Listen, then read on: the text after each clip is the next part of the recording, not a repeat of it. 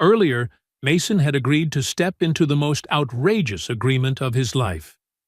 An agreement that even he, during those long nights lying on a hospital cot, waiting for updates on Ellie, could not believe he had nodded to. He agreed to give billionaire Caroline Aldridge a child. In return, she would cover the entire cost of the surgery that would save Ellie, the little girl who was his whole world. Ellie had undergone her operation successfully. Caroline was now pregnant. And between two people from two completely different worlds, something had begun to grow. Not love, not yet, but concern, understanding, warmth, the kind both had forgotten long ago. Mason thought the hardest part was over. He was wrong, because in the shadows, someone else had seen everything. Henderson, the vice chairman of the board. A man willing to burn Caroline to the ground just to seize power, now held photos that could destroy both her reputation and her life overnight. And just when things seemed to be settling, Dana, Mason's ex-wife, the woman who abandoned Ellie when the girl needed her most, suddenly returned, demanding to see her child. But danger and trouble were not coming solely from the outside. Fate had never been merciful to anyone, and it always demanded a price. When Caroline made a new proposal, even more insane than the first agreement, a marriage, Mason was forced to confront the question he had spent his entire life avoiding. Could he truly love this woman? And if he could, would that love be strong enough to protect them from everything waiting ahead? If you're following this story, don't forget to hit subscribe so you won't miss the next part, because what's coming will be far more intense. You want to know how Mason will answer Caroline, don't you? Stay with me. The story is far from over. Everything began on a Friday afternoon. Mason had just returned from the hospital after visiting Ellie when he saw Margaret, the housekeeper, waiting by the front door of the mansion, looking uneasy. "Mr. Calloway, Mrs. Aldridge wants to see you immediately." In her office. What happened? Margaret only shook her head softly, avoiding his eyes, offering no explanation. Mason stepped into Caroline's office. She was standing by the window with her back to him, but he could clearly see her tense shoulders, her hands clenched tight, as if holding herself together. Caroline? It was the first time he'd called her by her first name, not Mrs. Aldridge. He didn't know when it happened, but the distance between them had shrunk enough that formal titles suddenly felt foreign. Caroline turned around. Her face was pale. "Henderson knows." Those 4 words hit Mason like ice water thrown straight into his chest. "Knows? What do you mean?" Caroline handed him a brown envelope. Inside were photographs. A photo of Mason walking out of the mansion. A photo of Mason and Caroline standing by the window. A photo of Mason holding her hand in the garden.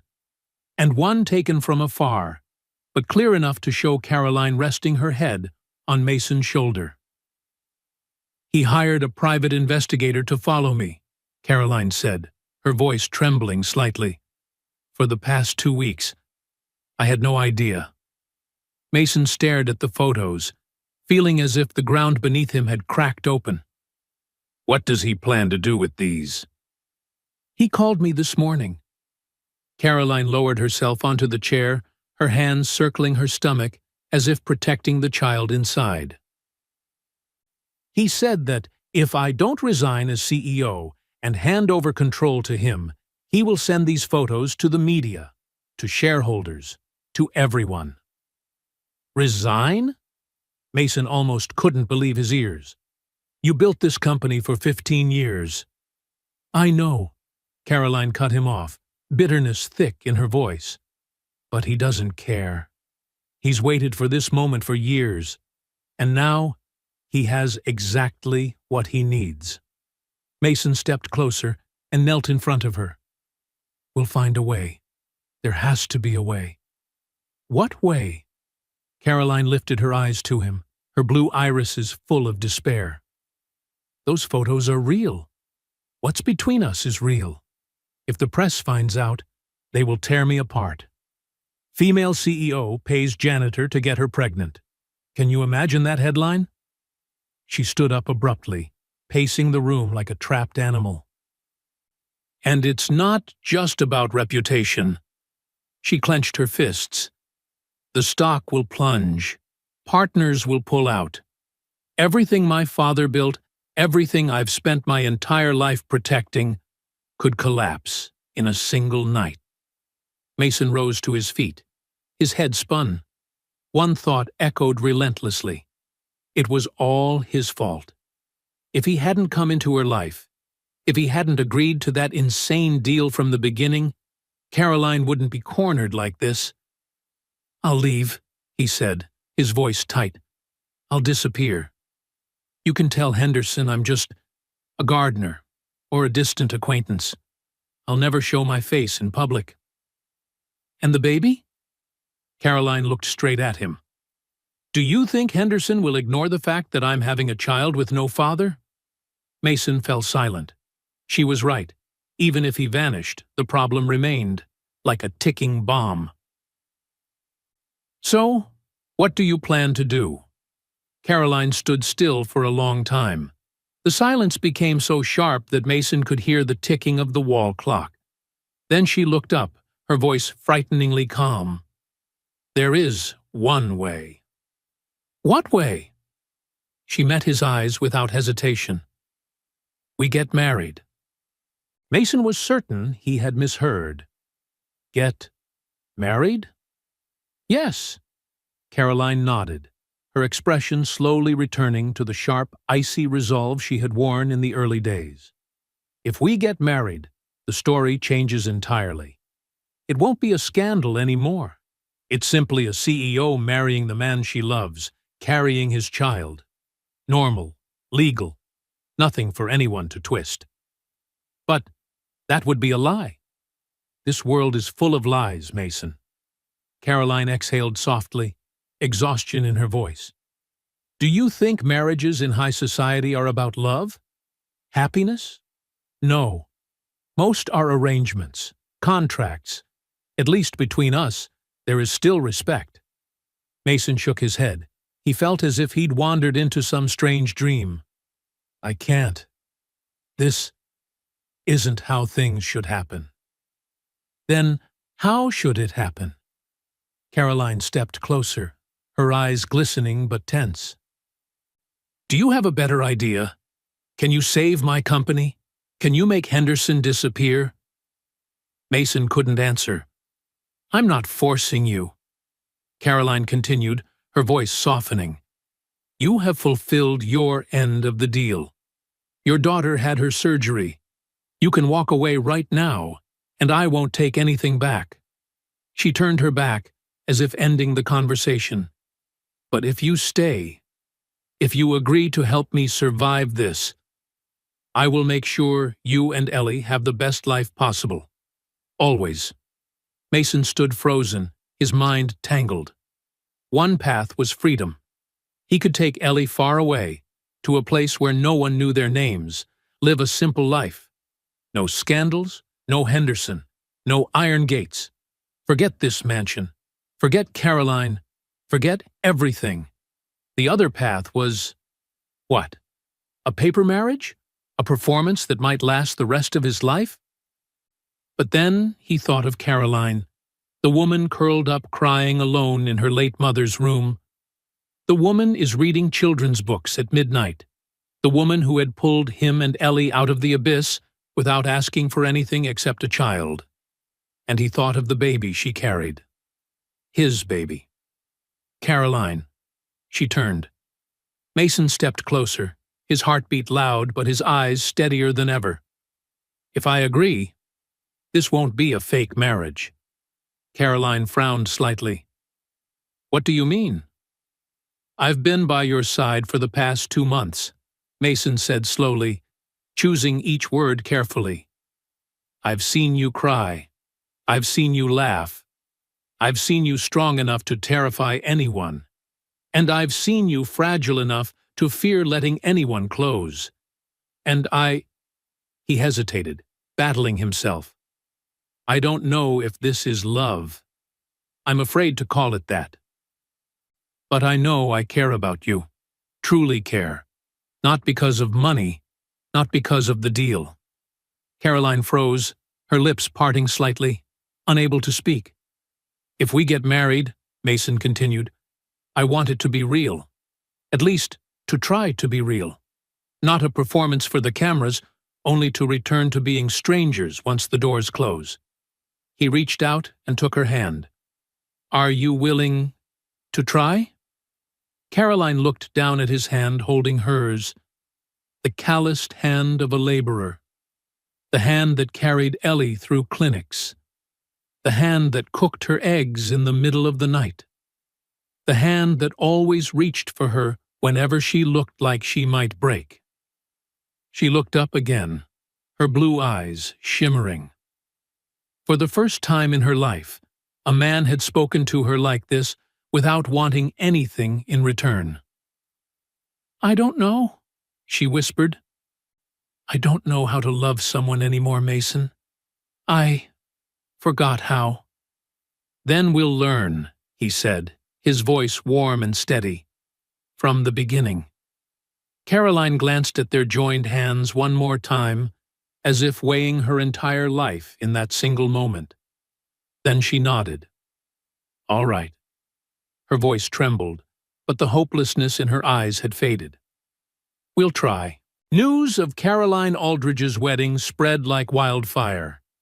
Within just 24 hours of the official announcement, every newspaper in Texas, big and small, ran the story. The most powerful female billionaire in Austin was marrying an unknown man. No one knew who Mason Calloway was. No one understood why Caroline would choose someone so ordinary. And that was exactly what Caroline wanted. She held a short press conference, appearing in public with Mason standing beside her. Caroline wore a cream-colored dress, her belly slightly rounded, and for the first time in many years, she gave a genuine smile in front of the cameras. I know people have a lot of questions, she said, her voice calm. But love doesn't need an explanation. Mason is the man I chose, and I have never been happier. The reporters immediately erupted. Questions firing off like machine gun bursts. Mrs. Aldridge, what did Mr. Calloway do for a living before this? How did the two of you meet? Is this a shotgun wedding? Caroline didn't answer them one by one. She simply took Mason's hand, smiled, and said, We'll be having a small, private ceremony in 2 weeks. Thank you all for your concern. Then she turned and walked away, leaving the press stunned that they had gotten nothing out of her. Henderson, on the other hand, couldn't bear it. He had prepared the perfect scandal, and Caroline turned it into a romantic love story. He had no more cards to play. At least, that's what Mason thought. A week before the wedding, Mason brought Ellie to the mansion. She had fully recovered from the surgery. Her cheeks were rosy, her blue eyes sparkling, her laughter bright and clear like wind chimes. When the car stopped in front of the gate, Ellie's mouth fell open. Daddy, is this a castle? Mason chuckled, though anxiety twisted inside him. This was Ellie's first time meeting Caroline. He had no idea how things would go. He didn't know how his daughter would react to the news that her father was about to marry a woman she'd never met. Caroline was waiting at the door. She wore a simple floral dress, her hair down softly, looking gentler than Mason had ever seen her. When Ellie stepped out of the car, the two of them looked at each other. 1 second of silence. Then Ellie tilted her head, studying Caroline with innocent curiosity. Who are you? Caroline bent down to her eye level.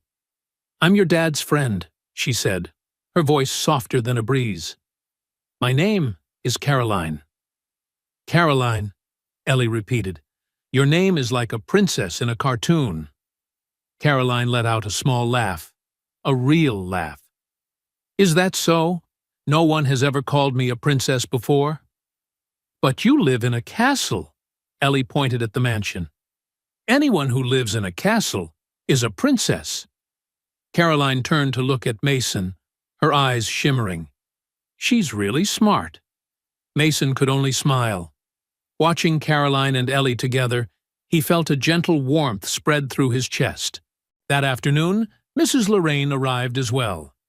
Mason was more nervous about this meeting than anything else. His mother was traditional. How would she react to the news that her son was about to marry a billionaire? A woman he'd known for less than 3 months? But Mrs. Lorraine surprised him. When Caroline came out to greet her, Mrs. Lorraine didn't ask about money, status, or any of the things Mason had feared. She simply took Caroline's hands, looked straight into her eyes, and asked, "Do you care about my son?" Caroline froze. It was a question she had never prepared an answer for. She hesitated. "I'm learning how to care, and Mason is teaching me." Mrs. Lorraine was silent for a few seconds. Then she nodded. "That's enough," she said gently. "Love is not something that comes ready-made. It's something you build, day by day." She turned to Mason. "I don't understand everything that's going on. I'm old, I can't keep up with your lives. But I see that you're happy. I see Ellie is healthy. And I see this woman looking at you with the same eyes I once had for your father." She smiled, her old eyes warm and bright. Sometimes, life brings us things we never expected. Our job is to receive them. But not everyone could accept it. 3 days before the wedding, Mason got a call from an unknown number. "Mason Calloway?" The woman's voice froze him on the spot. "Dana."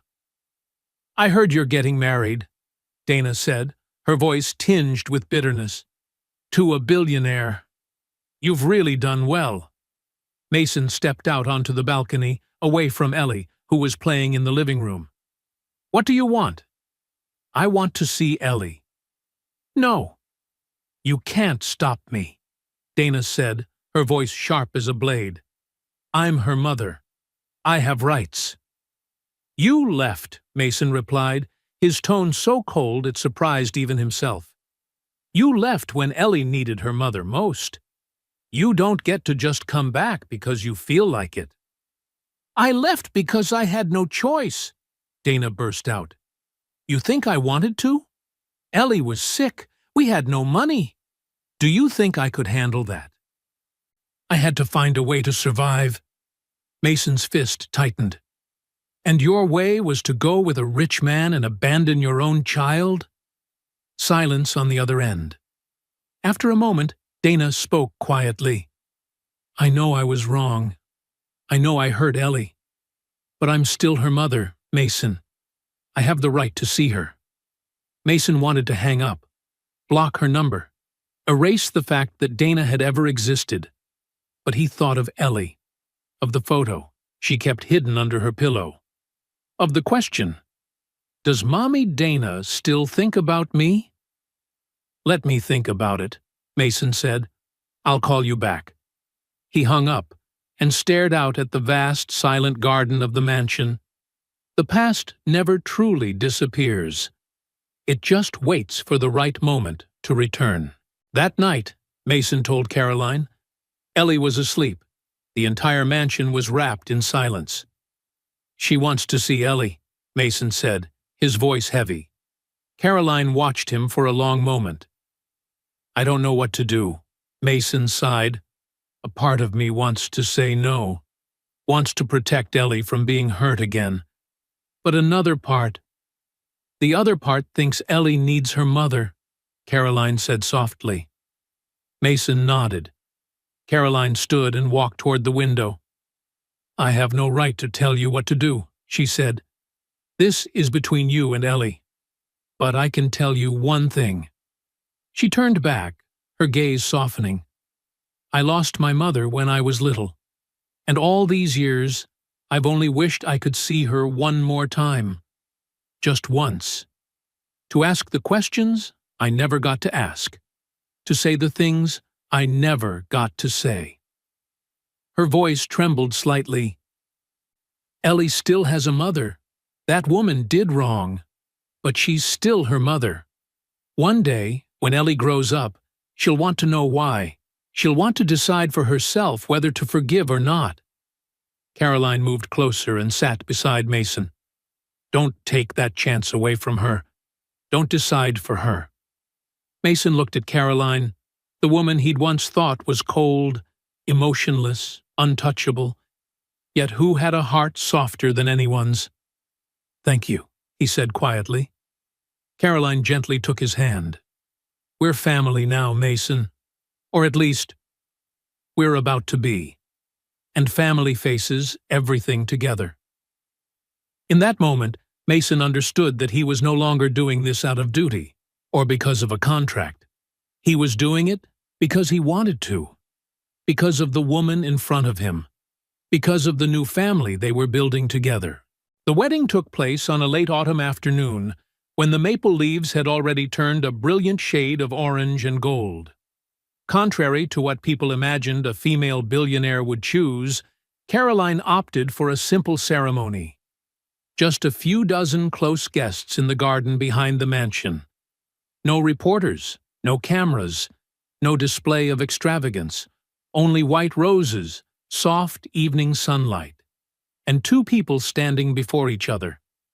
Caroline wore an ivory wedding dress, simple and unadorned, not a single diamond or crystal. Her belly was already clearly rounded at 4 months, yet Mason had never seen her look more beautiful. He stood there, in the very first suit he had ever worn in his life, watching the woman slowly walk toward him. 3 months ago, he had been a janitor, mopping floors at midnight in a skyscraper. Now, he was marrying the owner of that building. Life really did know how to tease a man. Ellie was the flower girl. She wore a pale pink dress, holding a basket of petals, walking ahead of Caroline with the serious expression of someone performing the most important mission of her life. Mrs. Lorraine sat in the front row, tears streaming down her wrinkled face. She had never dared to imagine she would one day see her son this happy. Dr. Harrison Cole was there too, standing quietly in a corner of the garden, a rare smile on his normally stern face. And Margaret, the housekeeper who had been with the Aldridge family for 30 years, kept dabbing her eyes with a white lace handkerchief, a gift Mrs. Eleanor, Caroline's mother, had given her long ago. When Caroline stood before Mason, they both fell silent for a moment. No words needed. No vows needed. Just looking into each other's eyes was enough. Then the minister began, "We are gathered here today to witness the union of two souls." When it came time for vows, Mason spoke first. He hadn't prepared a speech. No notes, no carefully crafted lines, only the things rising straight from his heart. Caroline. He said her name, his voice trembling slightly. 3 months ago, I didn't know who you were. I only knew you were someone I would never dare dream of. Someone from another world, another height. He took her hand. But then I realized, behind the walls you built was a woman, lonely, down to her bones. A woman who had forgotten what it felt like to be loved. A woman so strong that no one dared get close. His voice caught. I have nothing to give you. No money, no power, no status. But I have this heart. And from today on, it belongs to you. Completely. Without conditions. Caroline stood there, tears streaming down her face. For the first time in her life, someone had said such words to her. Not because of her money, not because of her power, but because of who she was. Then it was Caroline's turn. She took a deep breath, trying to steady her voice. "Mason," she called softly. "I've lived 41 years without knowing what it feels like to truly be loved. I always thought love was a luxury, a privilege that belonged to others, something I didn't deserve." Her hand tightened around his. "Then you appeared, a man who mopped floors at midnight, a single father desperately trying to save his child, a man who didn't know how wealthy I was and didn't care." Her voice began to shake. "You showed me that kindness doesn't require money, that caring doesn't come with conditions, that a plate of scrambled eggs at midnight can be warmer than any lavish banquet." She looked straight into his eyes. "I don't know if I deserve you. I don't know if I can be a good wife or a good mother. But I promise I will try." Every day, one day at a time, she smiled through her tears. "For you, for Ellie, for the child we're about to have, for the family I've waited my whole life for." As they exchanged rings, Ellie stood right beside them, looking up with wide, round eyes. "Daddy," she whispered, loud enough for everyone to hear. "Miss Caroline is crying. Is she sad?" Mason knelt down beside his daughter. "No, sweetheart, she's not sad. She's happy." "But why do people cry when they're happy?" Mason smiled. "Because sometimes when someone is too happy, the heart can't hold it all, so it spills out as tears." Ellie thought for a moment, then nodded, as if she had just learned a great secret of adulthood. Caroline also knelt down beside Mason, looking at Ellie. "Ellie, do you give me permission to become part of your family?" Ellie tilted her head, her blue eyes studying Caroline intently. "You're going to stay with Daddy and me forever?" "I'll try." "You'll read me stories every night?" Caroline smiled. "If you want. You won't leave like Mommy Dana, right?" The question sliced through the air like a blade. The whole garden fell silent. Caroline squeezed Ellie's hand. "I promise you," she said, her voice solemn like a vow. "I will never leave. No matter what happens, I will always be here." Ellie stared at her for a long moment. Then she suddenly threw her arms around Caroline. "I agree," she said, her voice clear and bright. "You can be my mom." In that moment, Mason watched Caroline cry as she had never before. No longer tears of pain, no longer tears of loneliness, but the tears of someone who had finally found where she belonged after so many years lost. She hugged Ellie, then Mason.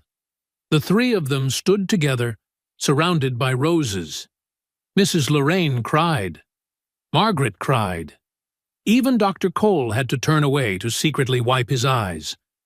And when the minister pronounced them husband and wife, the applause rose, not from hundreds of guests like other high society weddings, just a few dozen people.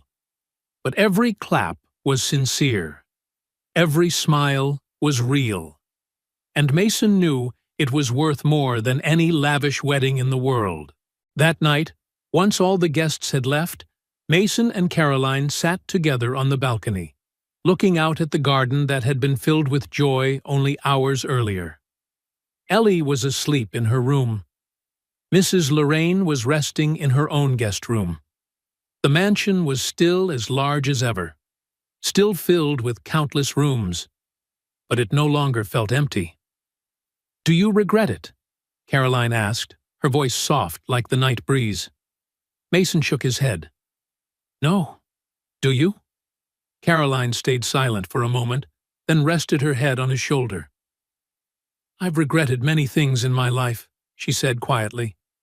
"But this is not one of them." They sat there, saying nothing more, watching the stars shimmer across the Texas sky. Because sometimes silence, when shared, means more than 1,000 words. But life never lets anyone remain happy for too long without testing them. And the greatest test was already approaching quietly. Not from Henderson, not from Dana, but from a place neither Mason nor Caroline ever expected. From Caroline's own body. Everything began on a November night. Caroline was in her 6th month of pregnancy. Her belly was round and tight, and the baby inside kicked hard every night, as if eager to greet the outside world. Everything seemed perfect. Ellie had slowly grown accustomed to the new life. She called Caroline Mom Carol and clung to her every chance she got. Ms. Lorraine had moved into a small house near the mansion, close enough to visit her children and grandchildren every day, yet still have her own space. Henderson had gone silent after the wedding. He no longer had any reason to target Caroline. And Mason, for the first time in his life, he felt like he was truly living, not just surviving. But that night, everything changed. Mason was asleep when Caroline's cry of pain jolted him awake. He shot up, turning to the side. Caroline was curled up, both hands clutching her stomach, her face frighteningly pale. "Caroline, what's wrong?" "It hurts," she whimpered, her voice trembling. "It hurts so much, Mason." Mason switched on the light, and his heart nearly dropped. On the white sheet was a streak of red blood, spreading rapidly. "No! No!" Mason stammered, panic numbing his hands. "Hold on! I'm calling an ambulance right now." He leapt out of bed, his hands shaking so hard he could barely dial. At the same time, he yelled for Margaret. 15 minutes later, the ambulance arrived. Mason sat beside Caroline on the stretcher, gripping her hand tightly. Caroline had slipped into semi-consciousness from the pain, her face ashen, her lips pale. "You're going to be okay," Mason whispered, unsure whether he was speaking to her or desperately trying to reassure himself. "You'll be okay. Our baby will too." But when he looked into the eyes of the medical staff, he knew things were far from okay. St. David's Hospital. Mason sat in the surgical waiting room, head down, hands clasped tightly. Dr. Cole had rushed to the hospital the moment he heard the news. He was in the operating room with the medical team, trying to save both Caroline and the baby. 1 hour passed, then 2, then 3. Mason couldn't remember how many cups of coffee he had drunk, nor how many times he'd paced the hallway. Every second felt like a lifetime. Ms. Lorraine arrived near dawn, carrying a sleepy Ellie. "Daddy, why is Mom Carol at the hospital?" Ellie asked, her voice anxious even though her eyes were still foggy with sleep. Mason embraced his daughter. "Mom Carol is sick, sweetheart. The doctors are taking care of her." "Is she going to be okay, Daddy?" Mason couldn't answer. He simply held Ellie tighter, as if clinging to the last bit of peace in the middle of the storm. Nearly 5 hours later, the operating room door finally opened. Dr. Cole stepped out with a weary face, his eyes sunken with worry. Mason shot to his feet. "Doctor, my wife!" Dr. Cole looked at him, his gaze heavy as stone. "Mr. Calloway, we need to speak in private." Mason's heart clenched. He handed Ellie to Ms. Lorraine and followed Dr. Cole into a small room. As soon as the door closed, Dr. Cole exhaled. "Mrs. Aldridge had placenta previa," he said, his voice dropping low. "The fetus experienced severe oxygen deprivation. We had no choice but to perform an emergency C-section." Mason felt his knees nearly give out. My baby." "It's a girl," Dr. Cole said. "Born at 26 weeks. She weighs only 800 grams. 800 grams. Lighter than a bottle of soda." "She's being moved to the neonatal intensive care unit," the doctor continued. "Her condition is very serious. Her lungs are not fully developed. We're doing everything we can, but—" He hesitated.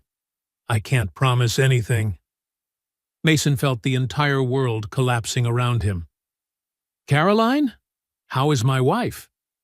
Dr. Cole was silent for a few seconds. Then he said, "She lost a great deal of blood. We've transfused and stabilized her for now, but—" "But what, doctor?" "To save her life, we had to remove her uterus." Mason stood there, frozen. Remove her uterus. That meant Caroline would never be able to get pregnant again. And the tiny baby lying in that incubator would be her only child, if she survived. Can I see her?" "Yes, but she's very weak. You can only stay a few minutes." Mason stepped into the recovery room. Caroline lay small and fragile among the tubes and machines. Her face was ghostly pale, her lips cracked and dry, but her eyes were open. When she saw Mason, she tried to smile. A faint, fragile smile that made his heart ache. "It's a girl," she whispered. Mason took her hand. "Our daughter is being cared for," he said, forcing his voice to stay steady. "She's tiny, but strong, just like her mother." Caroline closed her eyes, tears sliding down her temples. "I'm sorry," she whispered. "I couldn't. Don't say that." Mason bent down and kissed her forehead. "You did everything. You fought, and you're still fighting. The doctor said, I can't have children anymore." Mason tightened his grip on her hand. "That doesn't matter. What matters is that you're alive. You're here with me. With Ellie. With our daughter." Caroline looked at him, her eyes brimming with tears. You're not disappointed?" Mason's heart twisted. How could she even think that? "Caroline," he said, his voice cracking. "I didn't marry you because you could have children. I married you because you're you. Because I love you." It was the first time he said it. "I love you." Caroline's eyes widened, as if she couldn't believe the words. What did you just say?" Mason smiled, even as his own tears began to fall. "I love you, Caroline Aldridge. Not for your money, not for anything you have. I love you because you're the strongest, loneliest, and most incredible woman I've ever met." Caroline broke down crying as if years of grief were finally spilling out. And Mason simply sat beside her, holding her hand, letting her cry until the last tear fell. Outside in the hallway, Ellie waited with Ms. Lorraine. As soon as Mason stepped out, the little girl ran to him. "Daddy, is Mom Carol okay?" Mason knelt down, hugging his daughter. "Mom Carol is fine now, sweetheart. She just needs rest." "And the baby? I heard the doctor say she had the baby?" Mason hesitated. How could he explain to a 6-year-old that the newborn was fighting for her life? "The baby is very small, Ellie," he said slowly. "So small that she has to stay in a special incubator so the doctors can take care of her." "Like the doll in the glass box, Daddy?" Mason gave a sad smile.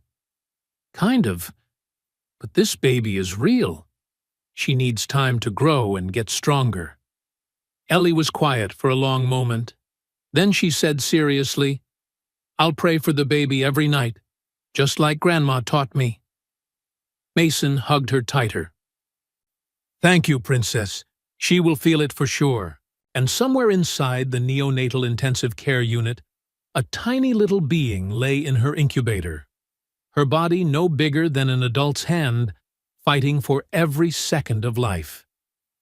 Eleanor Rose Calloway, named after the grandmother she would never get to meet. But she would be loved, waited for, hoped for, by all the people standing outside, holding their breath for her. 3 months, 90 days, 2,160 hours. That was how long Eleanor Rose lay in the incubator, fighting for every breath. And it was also how long Mason spent learning the true meaning of the word hope. The first weeks were like hell. Eleanor was so tiny that Mason was afraid to even touch her.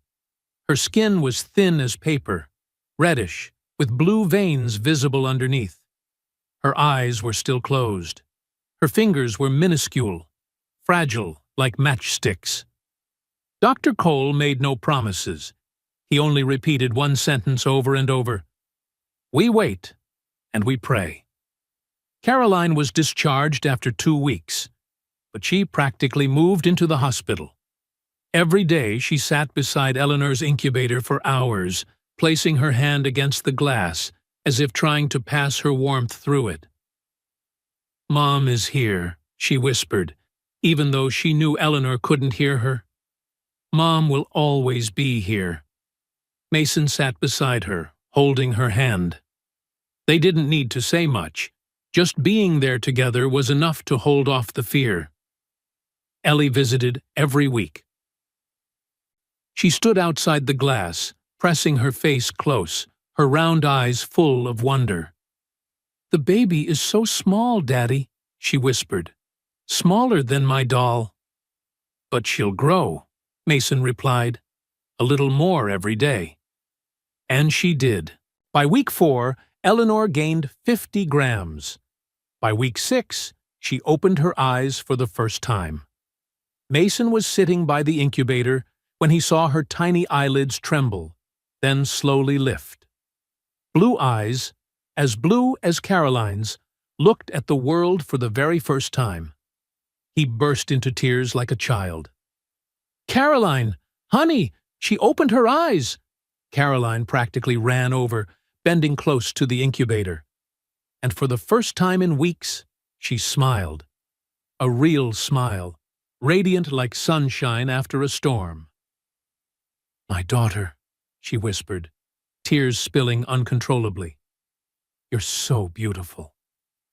By week 8, Eleanor could drink breast milk through a tube. By week 10, she was breathing on her own, without machines. By week 12, she weighed 2 kilograms. Every gram gained was a victory. Every day that passed was a miracle. And Mason realized that the greatest miracles in life didn't come from money or power. They came from a tiny human in an incubator who simply refused to give up. The day Eleanor was discharged was a late February day. It was still cold outside, but the sunlight was bright like midsummer. Caroline carried Eleanor in her arms, wrapped in the pink blanket Ellie had chosen. The baby was no longer red and wrinkly. Her skin was rosy, her cheeks round and plump, her blue eyes wide open, taking in everything around her. Ellie skipped beside them, so excited she could barely walk normally. The baby is coming home. The baby is coming home. Miss Lorraine stood waiting at the mansion door, tears brimming in her eyes. Let me hold her for a moment, she said, her voice trembling. Caroline gently placed Eleanor into her arms. Miss Lorraine looked at her tiny granddaughter, then lifted her eyes to the sky. Dear, do you see our grandchild? She whispered, as if speaking to her late husband. She's so beautiful, so beautiful. Mason stood there, watching his mother cradle the baby, watching his wife beside him, watching Ellie laugh in the sunlight. A year ago, he was just a desperate single father, mopping floors at midnight, not knowing how to save his child. Now, he had a family he had never dared dream of before. That night, after Eleanor and Ellie had fallen asleep, Mason and Caroline sat together on the balcony. Austin's night was quiet. The sky was so clear they could see the stars glittering overhead. Do you remember the first time we met? Caroline asked, her voice soft as the breeze. Mason chuckled. How could I forget? You called me into your office and made the craziest proposal I had ever heard. Caroline laughed too, the pure, light laugh she had slowly relearned over the past year. That day, I thought I was just signing another business deal, she said. I didn't realize I was buying a ticket straight to happiness. Buying? Mason raised an eyebrow playfully. So you bought me? Oh, stop it! Caroline punched him lightly on the shoulder. I paid a very high price for you. They both burst into laughter, their voices echoing into the calm night. Then Caroline suddenly fell quiet. She looked out into the distance, her eyes softening. You know, she said slowly, I used to think I didn't deserve to be loved. I thought I was too cold, too harsh, too broken. You're not broken, Mason said, taking her hand and squeezing gently. I know that now. Caroline smiled. You and Ellie, and then Eleanor, taught me that. She turned to him, her blue eyes shimmering under the warm yellow light. Thank you, Mason, for not giving up on me, for seeing who I really am, when even I couldn't see it. Mason didn't say anything. He simply leaned in and placed a kiss on her lips. A gentle kiss. A kiss of real love. 1 year later. The mansion was no longer silent. Ellie's laughter echoed down the hallways. Eleanor's baby babbling drifted from the nursery. Ms. Lorraine's steady voice recited bedtime stories every night. Margaret complained nonstop because the kids kept messing up the floor she had just cleaned 10 minutes earlier. Caroline had reduced her workload. She hired more managers so she could spend more time with her family. Henderson had been forced to resign after his illicit transactions came to light. The company still thrived, but for Caroline, it was no longer everything. As for Mason, he was no longer a janitor. But he didn't become some idle husband living off his wife's money either. He founded a charity fund supporting families with children suffering from congenital heart diseases, like Ellie once did. Families with no money, no hope, but with boundless love for their children. Someone helped me when I was at my lowest, Mason said at the launch event. Now it's my turn to give back. One Sunday afternoon, the whole family gathered in the yard. Eleanor took her first steps on the green grass, her tiny legs wobbling. Ellie stayed close behind, ready to catch her any time she stumbled. Come on, little Ellie. You can do it! Little Ellie was Ellie's nickname for her sister, because Eleanor's initials were also Ellie. 2 sisters, 2 Ellies, one big, one small. Caroline sat beside Mason, her head resting on his shoulder. Did you ever think life would turn out like this? She asked softly. Mason shook his head. No, I used to think life was just surviving day by day. Working, paying bills, worrying. I didn't know people could be this happy. And now you know. Mason looked at the 2 children laughing on the grass. His mother is sitting under the tree reading, occasionally looking up to smile. At the woman beside him, the woman he loved more than anyone in the world. Now I know, he said, smiling. Life wasn't perfect. There were still tiring days. There were still arguments. There were still sleepless nights because the baby cried. There were pressures from work, from society, from old wounds. Dana eventually got to see Ellie. They met once a month, under Mason's supervision. It wasn't easy. It wasn't perfect. But Ellie deserved a chance to decide her relationship with her birth mother.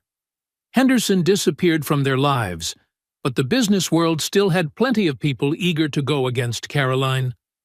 The corporate battlefield had never lacked enemies. And sometimes the ghost of loneliness would return, sitting silently at the edge of Caroline's bed during her restless nights. But unlike before, she no longer faced it alone. She had Mason, Ellie, Eleanor, Ms. Lorraine. She had a family, and that, perhaps, was the most precious thing money could never buy. Not skyscrapers, not luxury cars, not expensive dresses, but the laughter of children running through the house, the hand that reaches for yours when night falls, the look that needs no words to be understood. That was love. Real love. A love that sometimes begins in the most unexpected places. The story of Mason Calloway and Caroline Aldridge ends here, but their lives continue, with sunny days and rainy days, with smiles and tears, with all the things that make a life worth living. And if this story teaches us anything, perhaps it is this: sometimes the strangest beginnings lead to the most beautiful endings. As long as we are brave enough to keep moving forward. If you've stayed with this story until now, thank you for spending your time here. If the journey of Mason, Caroline, and the two little Ellies touched you even a little, please give this video a like so YouTube knows you'd love to hear more stories like this. Don't forget to subscribe and turn on the notification bell so you don't miss the next tales of love, loss, forgiveness, and the endings that, maybe, you're also hoping for somewhere in your own life. And if you're still awake at this hour, tell me one thing. What do you believe truly saved Mason and Caroline? Money, fate, or love?